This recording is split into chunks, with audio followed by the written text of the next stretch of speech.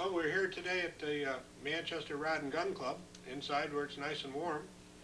And with me today is Joe Rizzio, who's been kind enough to share some photos that have been on the last couple episodes of the Rich Lumber Company Railroad, and also Burton Campney, both from Manchester, both very familiar with the East Mountain and hunting and the history and everything there. And maybe we can start to have Joe tell us about some of the family history and how he got to know about the Rich Lumber Company. My grandfather came from Italy to join the Rich Lumber Company when they were in Wanakena. And that job ran out about 1911, 1912.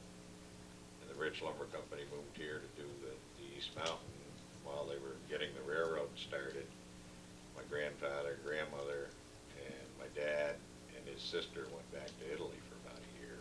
And this is a picture you have of them? This is a picture of my grandfather, grandmother, father, and my aunt. And they came back here. They were in Italy about a year and came back here between 1906 and 1912 and 1913. My grandfather had a small camp at the bottom just across Light Brook for a while, and then when they got the railroad up on the mountain, he built a bigger camp up on the mountain. His was the first camp on the railroad once they got to the top of the mountain. And there were a lot of other camps and contractors up there. Right. Some of the names I think I remember, was there a Conway?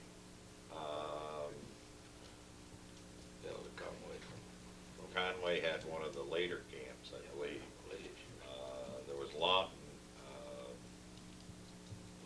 Louis Lawton, I forget his first name.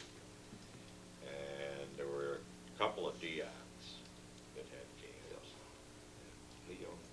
Moses Diot. Two or three Diots. Was that operation winter intensive, or was it pretty much year round for some people? Pretty much year round, I believe. Yeah. And the mill was capable of sawing 70,000 feet a day, I think, with a double bandsaw, Right. a 10-hour shift. That's quite remarkable. When Back then. any mill today would be proud to have a record like that. Yeah. The usage of the wood too, how the slabs were used for lath and resawed and different things, and then I believe chips, which may have been done by another company. Ryan and Schleter. Ryan and Schleter. Yeah. They made lath and chips. Lath I and believe, chips. didn't they, Bert? I think so. Yeah.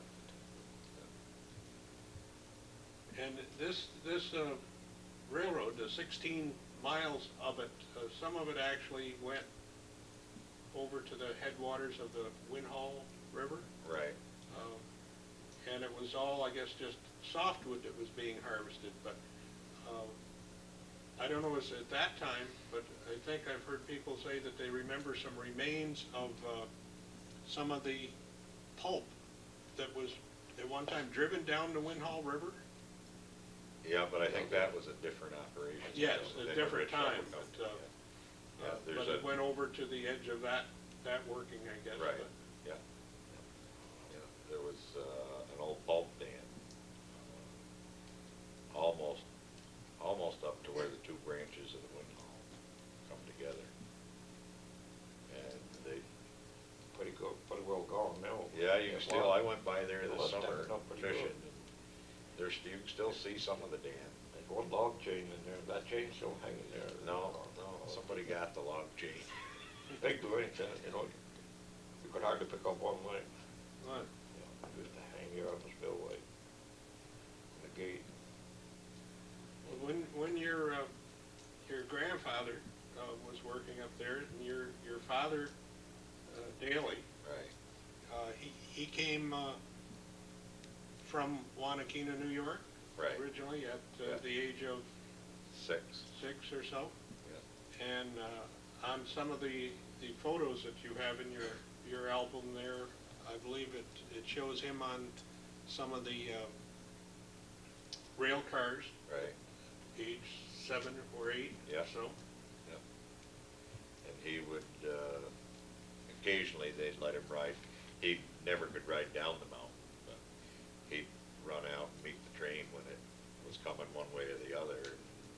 And the engineer would let him get on and ride to a certain point, then he'd have to get off and go back to their camp. And the remains of the railroad bed and everything has been slowly disappearing over the years, but I'm sure he had a lot of stories that you grew up hearing about. Oh, yeah. What went on up there. Are there any in particular? The one I remember probably the most is when the fire occurred out at the burning, and word came down that everybody had to evacuate, that the whole woods were going to burn. And his family didn't get too excited at the time. They stayed right there while the fire burned. They finally got it out, or it burned itself out. There was one of the, I believe one of the Dions had a camp down quite near the burning. I don't think any of the camps burned. No, I don't think there was any burn. Well, after the Rich Lumber Company, when they ceased operations, they had only harvested mostly the softwood, and there were some hardwood remaining, or areas that were heavier to hardwoods. And I think a company was the name Cass was formed, maybe with even one of the Riches involved with that. And I think was Ryan and Slater involved with that also. But there were several people. Do you know just how what took place with that business operation? I don't know who was involved, and I know a lot of people, or a lot of the hardwoods, the yellow birch. Yeah. A lot of the yellow birch was cut when the Cass toy, I believe it was a toy company. Basically a toy company. Moved in and they cut. My dad cut for a Cass company until the flood came along, and that kind of washed everything out. That was the 29 flood? 27 or 29? What's that? The flood that 27. 27. That was when they piled them logs over there in the log pile. Yeah, you still can see, 27, you can still see some of the remains of the log piles. That were left up on the mountain. Yeah. And Not much. they were brought down, how, following the railroad grade, but there was no railroad anymore then? No. Or weren't they up that high generally? They were brought out with horses that are on. Well, they never brought them out from the log piles. They never brought nothing out there. So Daly said they piled the logs, they never got them out. Yeah, after the flood, they hired he and 2 or 3 other guys to go up, paint the ends of the logs, hoping they'd get the road rebuilt, but then it was too far gone to rebuild. There wasn't enough value in the timber that was up there. With the Rich Lumber Company, it was quite ingenious how they had their mill pond, and they slanted the tracks sideways, so when the log cars came, they could unload a lot easier. Let gravity do a lot of the work. Well, after the lumber companies went out with the flood and everything, I guess not too much activity took place there. And now it's, of course, a national forest and a wilderness area. But there a lot of hunting took place up there over the years, and there were other owners. Your father-in-law, Chris Sweezy, and the Sweezy Lumber Company. What could you tell us about the the history of that operation? My wife's grandfather built a mill at what they call the old Sweezy job. And he got a lot of the bricks and stuff from some of the old kilns that were deteriorating around there. I believe he got a lot of the bricks to build around the boiler and the fire box. And that was on top of the mountain? Right. Yeah, it was right near where our present hunting camp is. But the original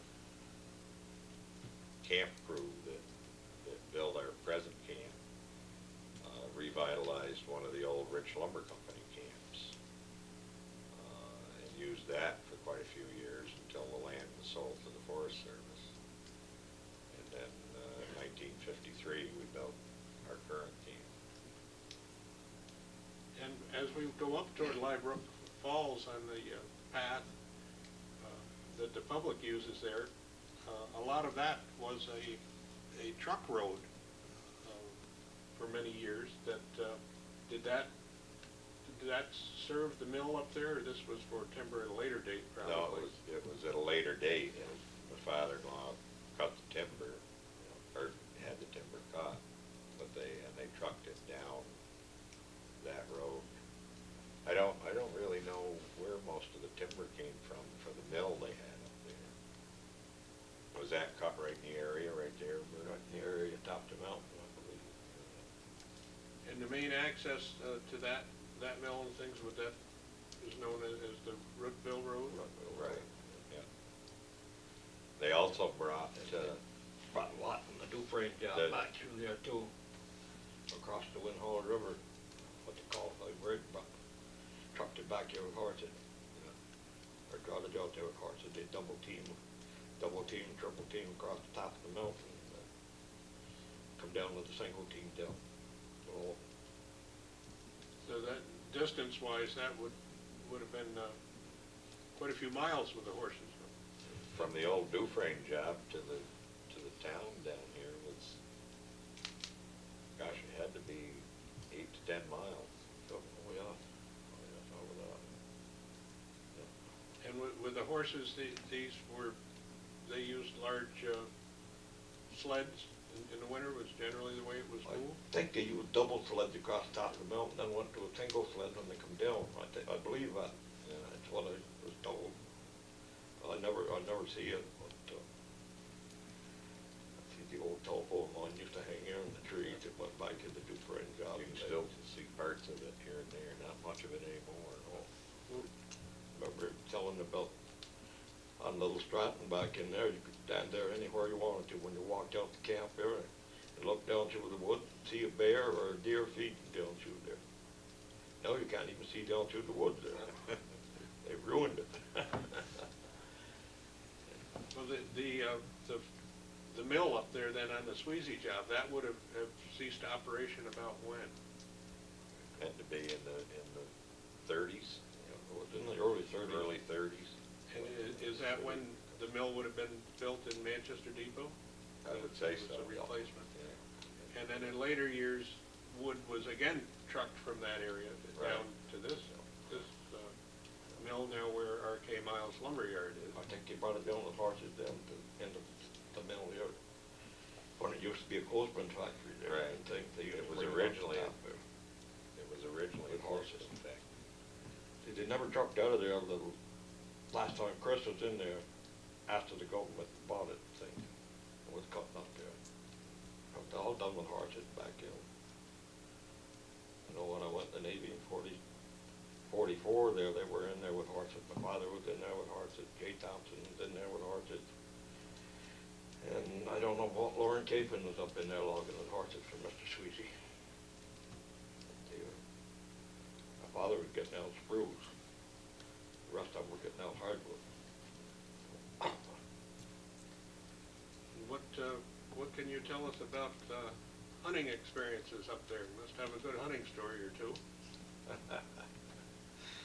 One or two. Burton's done most of the hunting up there. We had a long dry spell at our camp. Burton, a year ago this past fall, Bert broke the ice. We we ended up with $3 a can. But we had a long dry spell, which proves that I think the deer are coming back, and you need the lumbering operations for the wildlife, the logging operations. Well, I worked a few years ago on one international paper sold to the National Forest, and I know that was quite mature timber, not much to feed on in there, and I imagine now there's a lot of Now deer it's- browse. Now No deer. the deer are starting to come back Yeah. some, They will come by. but there's quite a coyote problem up there too. That keeps the herd thinned down. There's a bear in the area too? Yeah, that's all we ended up with this year. Lawrence Grant shot a nice bear, first part of the season. Do you see moose or moose sign? Oh yeah, there's a lot of moose. They're taking over a few years ago here, we saw more moose tracks than we did deer tracks. There's a lot of them around. You don't see a lot of them because they stay hidden pretty well. If you had any unusual experiences with the weather up there, I know as you go up Brownlee Mountain there, how the fog will surprise you at times, and I wonder if farther south on the ridge the same thing doesn't happen. Yeah, this past deer season was a good example. We couldn't see 20 feet most of the season because of either the fog or ice frozen on the trees or snow frozen on. Speaking about ice, I remember my father when he worked for the gas toy company. They cut logs all day long and then walk downtown to the movies and walk back up. While they were in the movies, they had an awful ice storm, couldn't find their way back up. So many trees had come down, branches and stuff, that they couldn't find the trail to get back up. I would like to see somebody come back in with a Morris Brook here and find that wagon I see back in there one time. Nobody else has ever found it, so I don't know. I've seen it once, but I can't find it again. I see just that once, and I never found it again. With, Except right there, just as perfect as if they unhooked the team from it. A tree about that size growing on the side of it. And taking it like you just walk onto it, you see it. Yeah, Just don't seem to be able to locate it again. I know where it is, but well, it's just as perfect. You know, the wood wasn't rotted out of it or anything else at that time when I see it. The wheel, the last time I saw it, you could still see the wheels were still there in the bed of the wagon. You know, I said right there, the reach and everything was good shape. Almost like they just parked it off the edge of the road and Yeah. just left it there. Daley said that must be the only one they left because they dragged them all out there. They could Yeah. find. were there some other remains of equipment or tools? I never- I've seen too much. The only thing I've stumbled onto in some of the swamps were some barrel hoops and staves from That's where they pile the beer barrels up. They had a car once a week, they'd take beer up and drop it off at all the camps on the line. The kilns you spoke about, the bricks for the first mill were used from, those were charcoal kiln? Right. And how many of those were there up there? Well, there was one that had 8 kilns in it and one that had 4. The ones that had 4, were they about the same era? We have a picture at camp that was taken in 1898, and the kilns were all starting to deteriorate then. So they must have been in use in the mid-1800s. And these are, what, around 25-foot diameter, or? At Pretty least well that. filled in. They must have been that big to start Yeah. with. Didn't they? There's, where the 8 kilns are, there's popple trees that are that big around growing Yeah. right up through the middle of it, right in the middle where the kiln was. And then that charcoal was brought by wagon probably down to the rail in Manchester. I believe so. And that would have come down the Rookville Road? And it went to, most of it was shipped to New York, I guess, New York City. heating. for heating purposes. Well, there's some more kills been back up. Oh, back in toward Brown Meadows, back in there, and back where you got up in there. And I was thinking there was some old kills back in there at one time. I don't know, I've never, that I think there's like Comanche familiar. back here, not a big amount of them, they'd be 2 or 3 kills, you know, small kills. But they had 'em. I know we picked up Wayne Noyce and I was up in there once going fishing, and back through the old meadows, walked back through there, and we piled up a lot of brick. You know, we always going back with the snow machine and stopping and get them. I'll be damned somebody didn't steal 'em. I don't know, they must come back in there when they were logging, whether Ralph Noyce was logging in that country or what, but they were gone. I never done anything. Never did. But I was wondering whether they were killed there, or they had to be killed there to have that brick here. And it wasn't too far off the main road, or you went back in there if I remember right. Well, I know quite a few miles back, I went 5 miles back to the end of that new road they built, and it must have been better than halfway up through clearings and apple trees, and you used to park and Yeah. rabbit hunt in there. Right in that same country, them killed were right in that same country. Well, that's where we piled the brick up. Well, I certainly appreciate the two of you sharing your experiences with us, and it's a lifestyle and experience that not many people have had, and in the future even fewer and fewer people are going to have. And we hope everybody enjoys hearing about your experiences and learning a little bit more about Vermont Forests.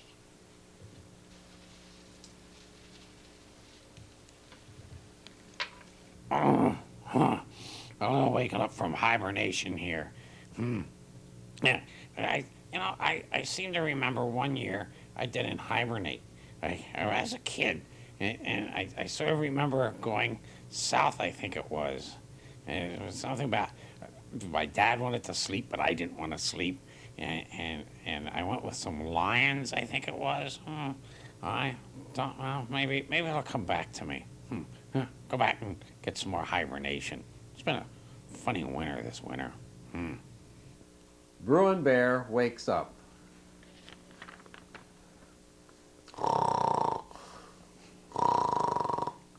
May I go out and play now, Mom? Not yet, Bruin. It's only February. Huh. But I've been sleeping since November. Well, try to sleep for a few more months, Bruin. I never get to play in the snow. Can't a guy hibernate in peace anymore? Sorry, dear. Bruin's just anxious to get out in the world and learn about things. Well, next year he can spend the winter shivering with his uncle. Then maybe he'll learn how good he's got it around here.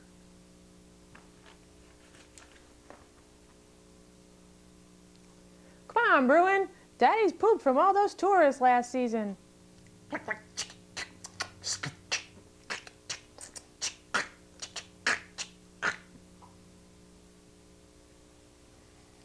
Well, I don't want to sleep half my life and beg for candy the other half. But Bruin, our family has always been in the tourist business. Right, Papa? Pardon me?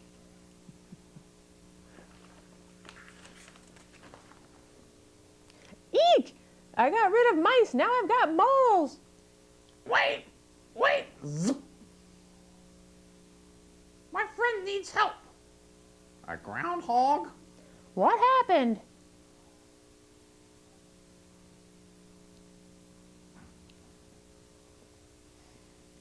He went out to look for a shadow, and a rabbit in the park mugged him.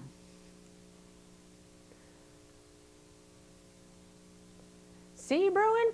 That's life out there, full of evil and danger. But there must be a better part, Mom, and I want to find it. Very well, Bruin.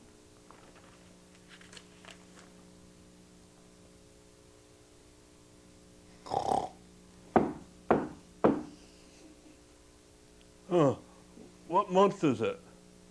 I hate waking up in the middle of the year. It's still February, dear. Oh, well, what's going on? Unpacking Bruin's things. The Lions are taking Bruin on a camping trip. It'll be educational. Oh, we're going south for our winter vacation. Be sure to get back before summer. I've got to teach Bruin the business this year.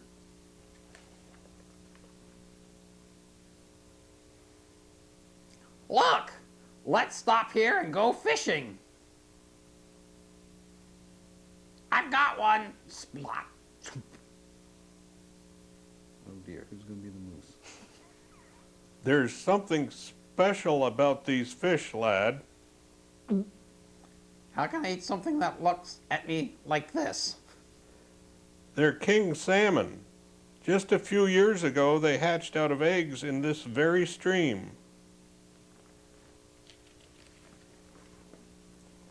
They swam over 2,000 miles to the ocean and gained 25 pounds. Now they're jumping dams and rapids and swimming all the way back to lay their own eggs. That's interesting, but let me tell you about my cousin. He belongs to a flying club. Every year they fly 6,000 miles nonstop over the ocean.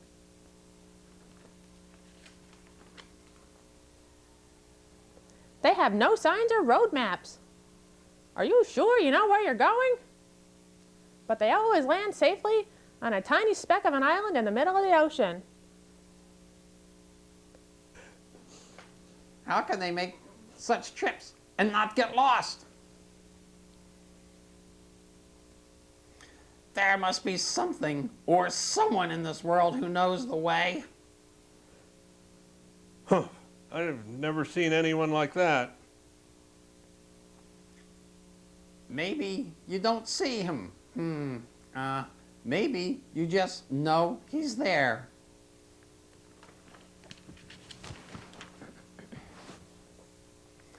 And maybe there's a way to find him. Well, why don't you get down on your knees and look for footprints? I think maybe I will find the answer on my knees.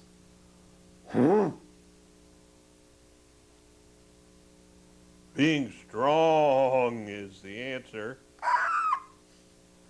When you're big and tough, everyone gets out of your way.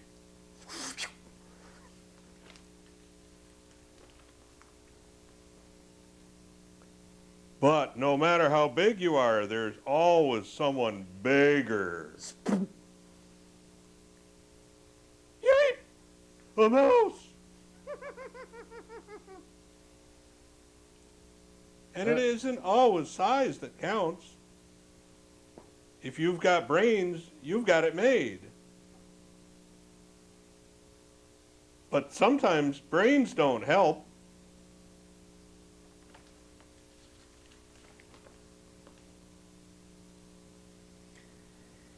Everywhere I look, I see a beautiful plan.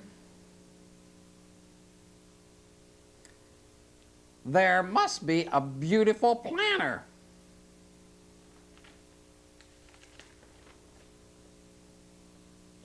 Well, why did he make us so silly looking? Maybe he's not finished yet.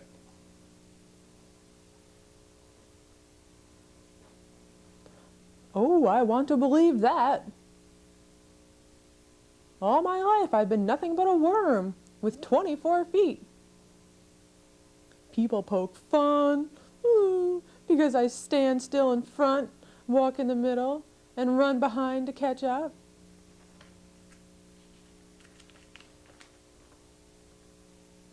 I've always wanted to fly, but all I can do is crawl.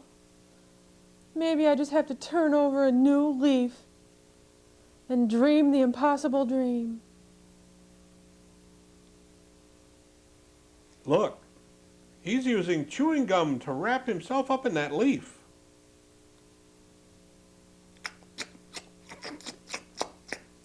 How can he do it without fingers? Or hands. Or arms. Who taught him how to do that?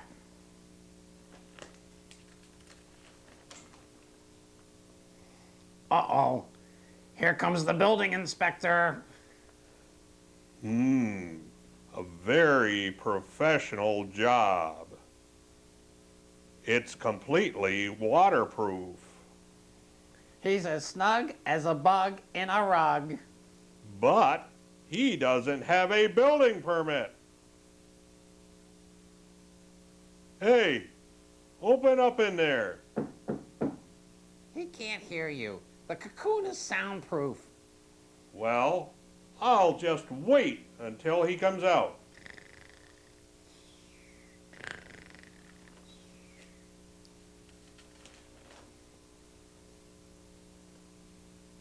Three weeks later. He's coming out. I'll get the summons ready. He went in there a caterpillar. He came out a butterfly.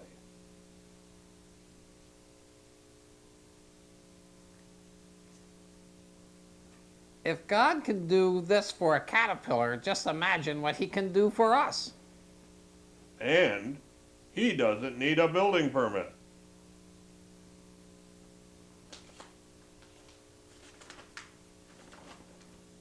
Mom, Dad, I found the better part of life. Are you ready now to get into the family business? Let's go, Dad. I'm ready for my father's business.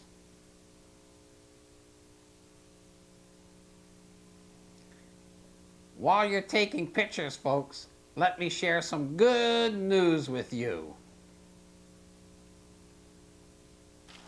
We're going to look at some pine trees here today. Pine forests. Pine forests. Yeah, 4 pine forests we'd like to see today, from just beginning to old age. And should see the difference in how a pine forest progresses. So we start right now. Okay, We're going to start with the youngest and end at the oldest. that's a logical order. For our first tree for today, and I know where we're going to end up at our last tree, so maybe it's a good scale that the last tree we see was this size once, right? Yes. Many hundreds of years ago, or a couple hundred years, 250 so years ago. This is what I've always known, I think, is the Canfield pine. The plaque calls them the Fisher-Scott pines, and I guess locally it's one of those traditional names. We'll always call it the Canfield pines. The Fisher family was married into the Canfield family. The Scott family, through female side, married into the Scots, became the Scots. It's still, I guess locally, it will always be called the Canfield pines. And this is our forest stop from the youngest pines to the oldest pines. And really, they're 100 feet away from us. We're not in them yet. So this was abandoned farmland in what, the early 1800s? Whether it was a farm or not, I don't know, Claude. It's kind of a big gravelly hillside. The brook that you hear down the hill here was called Mill Brook, meaning it was a source of power, and there was a mill of some kind in here, knowing most mills, the early mills were probably sawmills, that this could have been cleared, could have been a hardwood. Heavily cut. Could have been heavily cut. Whatever it was a dramatic change to remove the forest that was there and allow pines to grow. Now, there's a lot of people that think this might predate settlement too. I mean, it's close. We don't know the age of the tree. We know they're 250 or older. Yeah. There was a hurricane or a tornado that came through here in May. Memorial Day of, I think, 68, knocked down some of the trees that are a little bit smaller on the bank down below. And I counted some of the rings, the trees that were knocked over, and they were 250 at the best you could count. I mean, very, very tight grown, very slow growing trees. And they were 250 in 1968, give or take, so. Well, let's go look at some. Okay. Well, we're getting towards some of the big trees here. Here's one that's down, gone. I remember, I guess it's pretty disguised now, we just see a downed tree, but this was a lightning strike. Blown right apart, shattered. I mean, you can see this straight line for 30-some feet, that this tree was hit with such a charge that it blew it apart. And it blew it apart, well, 20 feet in the air, but it started at the top. And because of their height, they more apt to attract lightning? I think so, Does yeah. that happen Yeah. much here? Yes, and it's what's really sad is you look at these trees and we'll point them out, and I think I counted one time, I don't know how many big trees there are here, but I think there's 17 that are currently standing that were killed by lightning. Remember on stop 2 that you were talking about pruning branches off trees? Yeah. Find me a knot in that one. Yeah, there's some clear pine, and this is 25 feet up the tree. Yeah, and not a knot in it. So it If we grew in could- that very tight forest, got rid of its branches at a young age, and just produced clear wood for ever and ever and ever. Certain furnitures are musical instruments. I don't know if pine gets used in them, but there's certain specs on the And spruce, yeah, for sound, spruce but for sound, not but for not strength with or the pine. no. No. Why, I mean, we're looking into the tree right here, right now, and I'll bet you from that point right there to that must be 20 years growth right here. And 20 year on this this tree isn't very much. I'm sure these trees are close to 300 years old. And see, that's when you go back 300 years, you're talking 1696, and whether this was cleared by the original people, I mean, very early on, or it was a hurricane or something, who knows. It was just a dramatic change anyway that allowed the pine to get established here. And we're not going to see, we're either going to see big pine or no pine at all. Right. I was just looking to see what's growing here now. Yeah. I guess as one of these leaves, it leaves quite a hole in the forest canopy, and the sun gets down here, and there are things growing on the floor here, which we didn't see in our other thick new. Well, we saw on site 3, we could see the young hardwood trees that are tolerant of shade taking off, and you'll see them as large trees in here. There's some beech and some maple that are, there's an oak tree, very large trees, because they've been sitting and taking advantage of those gradual openings in the canopy that happened over time. But no pine. No pine. No pine, never will be. Regeneration of the pine. Unless there was a fire or something very dramatic that opens up this all at once. Well, I think that there's some misconception to some people. They look at logging in the western forest where they're all softwood, and they see these clear cuts or when virtually everything's gone. But when it is softwood, that's kind of the nature of softwood, isn't it? That it comes and it stays for a certain length of time until it's harvested or becomes over mature, and nature takes care of it, and then it disappears and something else starts, like a new forest that is not the softwood again. Nature's doesn't want to leave a void. We'll never leave it, especially here in the east. I mean, there's a whole forest of young stuff, all this stuff right here, just waiting for other openings for, I think right here, Claude, I think we can see a lot of what's going on right here, slow but very fast compared to the life of the time of the pines, how fast they're going by here, and it's all lightning. And majestic trees. We do have a few hemlock here, and hemlock is one of the few trees that when it's been suppressed can take off Shaded. and grow again, Yep. where the others are kind of a stunted tree and they'll never mount to Right. anything. Yeah.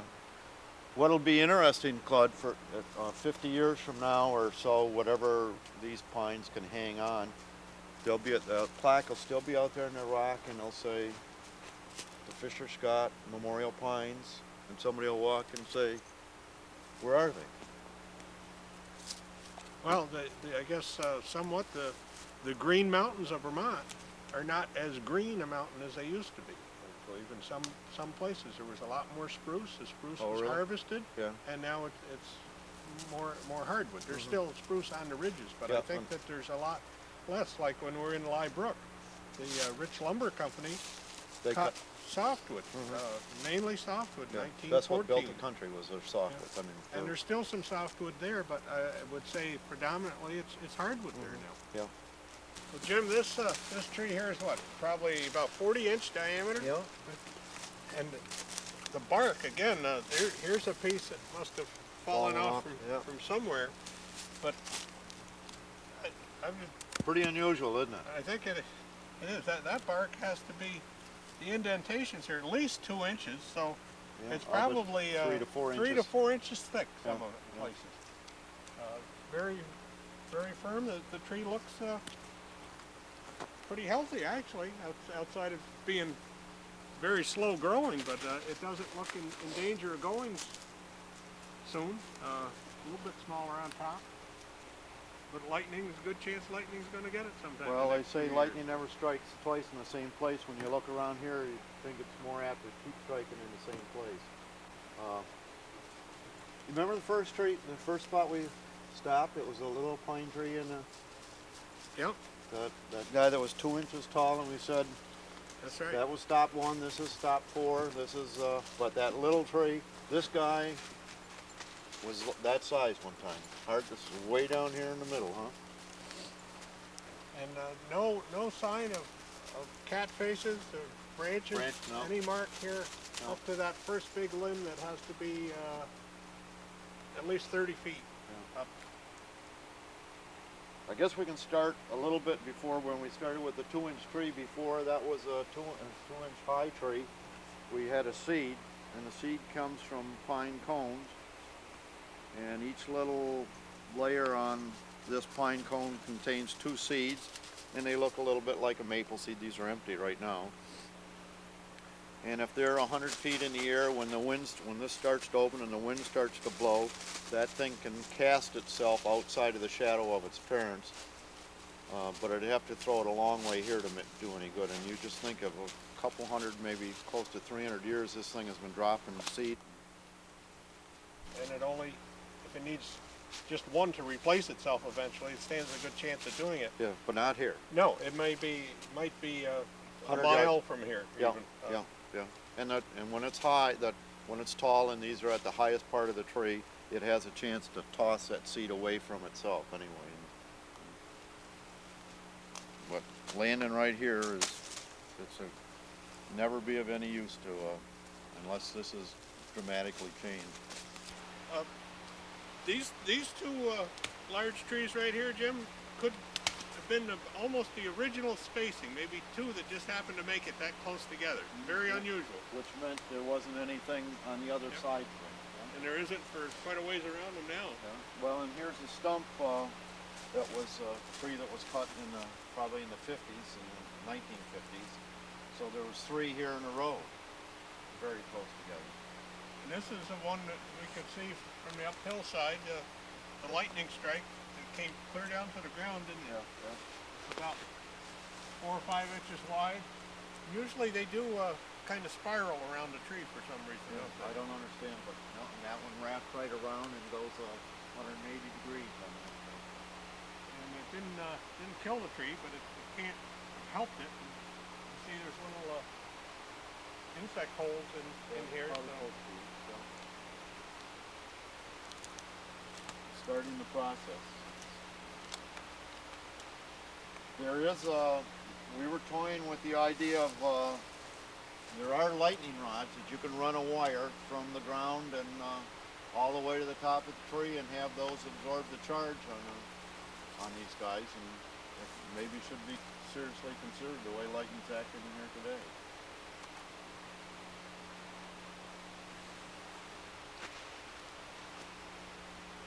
What would you estimate the height of these to be? They're very hard to measure. I'll tell you, the one that we measured to get an exact height was that first tree we saw, the one that was laying on the ground. When it happened, we could measure, I think it was, well, I don't know the numbers, but it was 130 feet tall, because you can measure it on the ground, and then you got an easy measurement, you got a 20-foot stub. These things, you can't even see the top of these in the summer, so that's why we're here this time of year. And some of these larger ones would probably produce close to 2,000 board feet of lumber. They're way off any scales I have for lumber. So These were, you know, back in the original days, these would have been reserved for the king, for the mass for the trees. chip man. Yeah. If we look this way, Claude, I'll tell you an interesting story that Chuck Canfield told me. Is that we have a different age, we have a different forest right here, but it's pine. Yeah. In 1917, when the United States entered the war, there was a big call for ammunition boxes and just for lumber for the war effort. And the Canfield family was very involved in the war. I think it was John Canfield was his name. He was an ambulance driver over there, and Mrs. Canfield was a nurse and stuff, and they were very involved. And the pine forest went further, went out this way, the larger pine, and they were large even in 1917. Well, this was all clear cut of the large pines, and since it was clear cut, pine, it was a dramatic change, and pines could grow there again. So when I said at one time, I said, when somebody comes back and says, 50 years from now, when these guys maybe will be gone, maybe there'll be a few stragglers, where are the pines?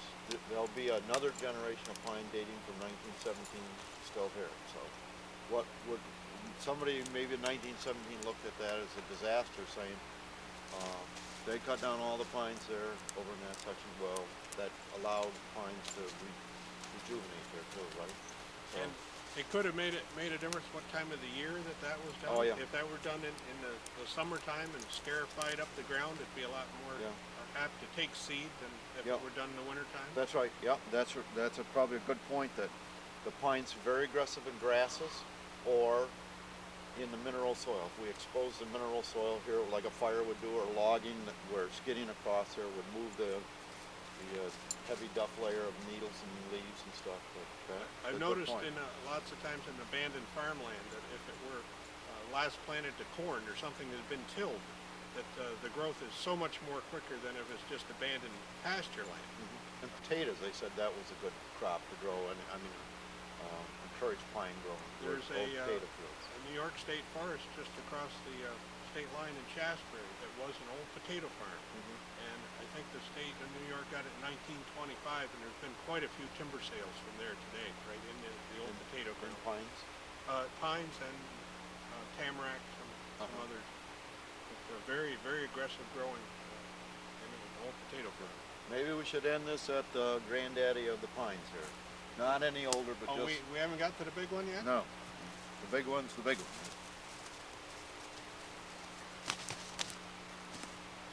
Well, maybe these are big, right, Claude? Can we meet if we put our arms around this guy? No. We'll come close, right? Yeah, we can meet easy. Can make it, okay. Yeah, we can make Let's that try on easy. the other one. Okay. Tree huggers.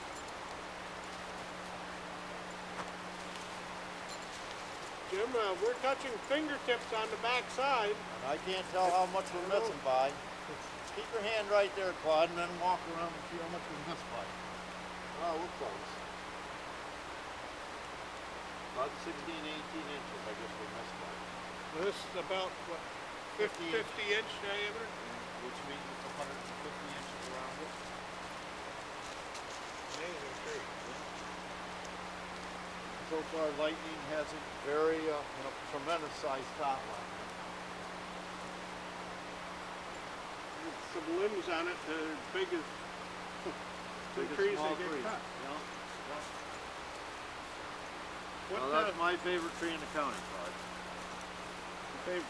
My favorite. Yeah. That's the largest pine in Bennington County. In total height and 4 foot, they're probably some bigger diameter pasture Yeah. pine type Well, thing, the but not, state seal tree. yeah. Maybe we ought to do a story on that sometime. That was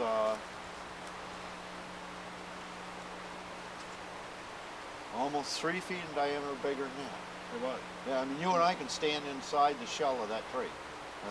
You have a piece of that in your office, I believe. Yeah, yeah, yeah. We'll do it. How about we do a story on that sometime on the state seal Getting pine to be, tree? a lot of people don't know where it is anymore. That's right. There is a plaque. It's on 313, just west of Arlington. Yeah, just a little bit from here. Yeah. What does this plaque tell us? Well, why don't we read it? You want to read it to the people? Fisher Scott Memorial Pines, 1975. Given to the Vermont Department of Forests in memory of John Redwood Fisher, 1883 to 1959, and Dorothy Canfield Fisher, 1879 to 1958.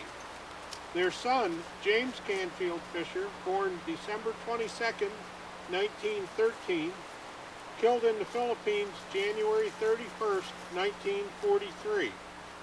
Their grandson, John Paul Scott Jr., born October 31st, 1943, killed June 6th, 1973. All four loved these trees and hills and wanted them preserved in all their natural beauty.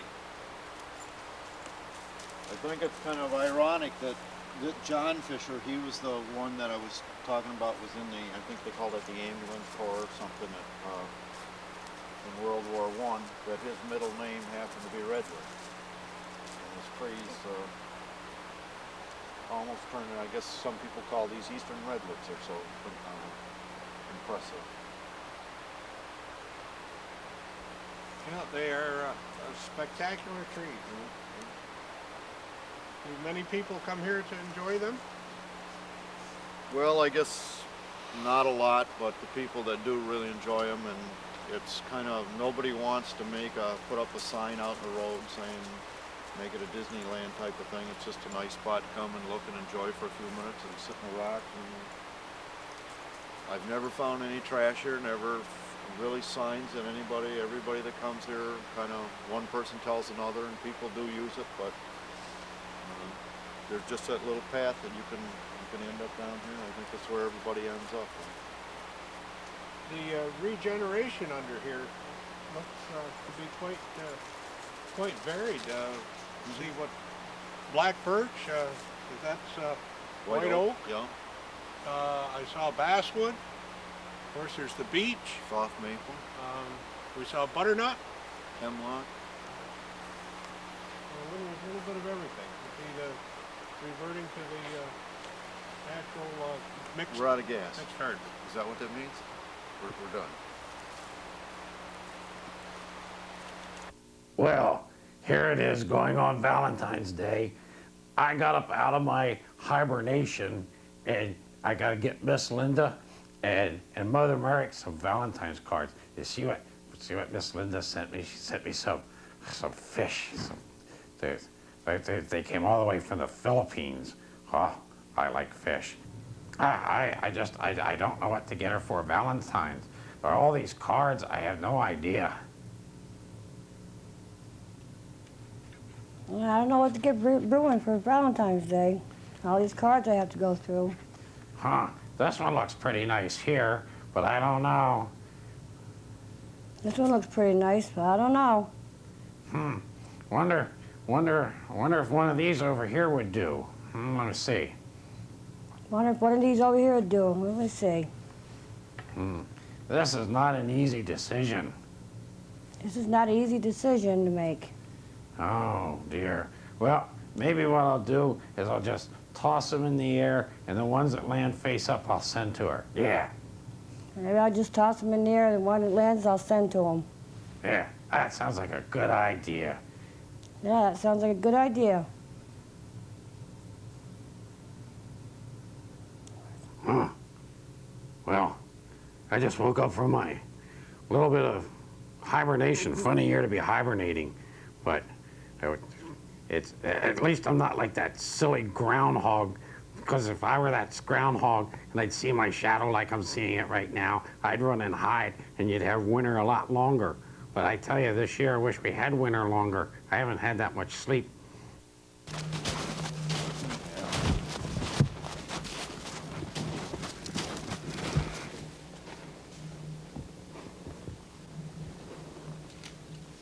We've been following these bears for 5 years now, and the purpose of the study is to find out as much as possible about the effects of residential and resort development on black bears and their habitat in southern Vermont.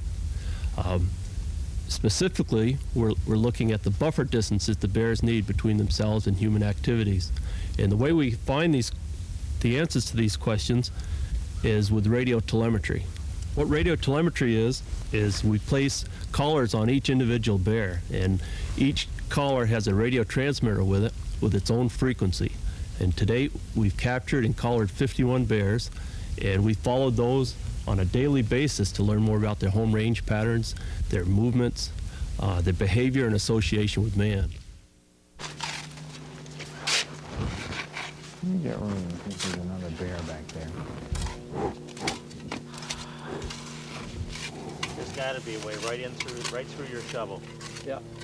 His head's in here somewhere. Right. Kill 3. 1, 2, 3. Got it. All right. All victory. Good job. Let's get a look at that. Yep. Look to right.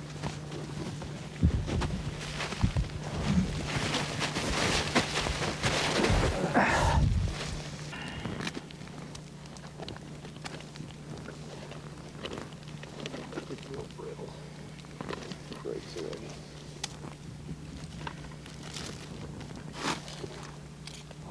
Okay. Skull length. 12 inches. Okay. It's easier on the bear if they're under deep and out all the way too, and not partially. I'm sure this bear would just as soon making it sleep would be best. Have to kind of dig to get the tail. You have to put the nose up. Here it is. See, little stubby tail up in the base of that. She's 18 and she's not going to live in it. I don't want to give her another shot if we don't have to. Yeah. I'd rather just let her go, but we ought to get her a good dent. That's what she's 5 down there. How big? She lost weight. Yeah. She didn't growl at us once. No. Well, she's, Her pad has already been falling off earlier. wow. We can check the others and see if we got some that are just going. No, that one's gone.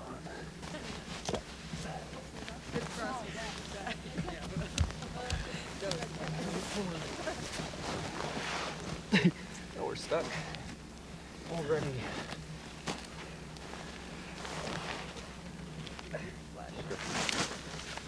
Yeah.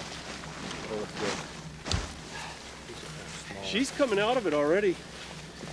So we'll kind of get done and leave.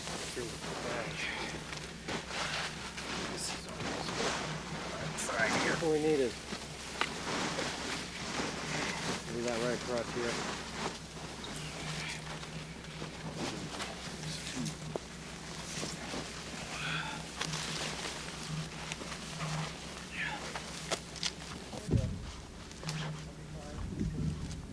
The cubs are still up in way up inside, though.